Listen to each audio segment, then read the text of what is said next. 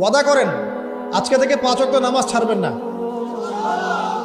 বেহুদা অহেতুক কোনো ফাহেসা কাজে সময় নষ্ট করবেন না, নিজের গায়ের মধ্যে সুন্নত নিয়ে চলে আসবেন। পারবেন না ইনশাল্লাহ?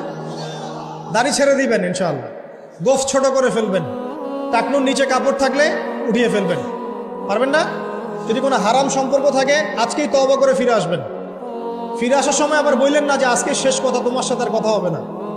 এই কাজ করতে যায় না, তাহলে এই শেষ কথা আর শেষ হবে না, একদম ডিলেট, সাথে সাথে ডিলেট। যদি সুযোগ থাকে, অর্থনৈতিক সামর্থ্য আছে, পরিবারে গিয়ে বলবেন বা মেয়ের পরিবারে প্রস্তাব পাঠাবেন, যদি বিয়ে করার সুযোগ থাকে বিয়ে করে ফেলবেন। সুযোগ নাই ডিসকানেক্টেড, কোনো দরকার নাই। এই নেক্সট সুরতে ধোকা খাবেন না, এটা নেক্সট সুরতে ধোকা, এটা নেক্সট সুরতে ধোকা। যখন একটা মানুষ জেনায় লিপ্ত থাকে তখন তার দোয়া আল্লাহ পর্যন্ত পৌঁছায় না তো, আর জেনা ছেড়ে দিলে পরে আপনার দোয়া ডাইরেক্ট আল্লাহর কাছে পৌঁছাবে ইনশাআল্লাহ।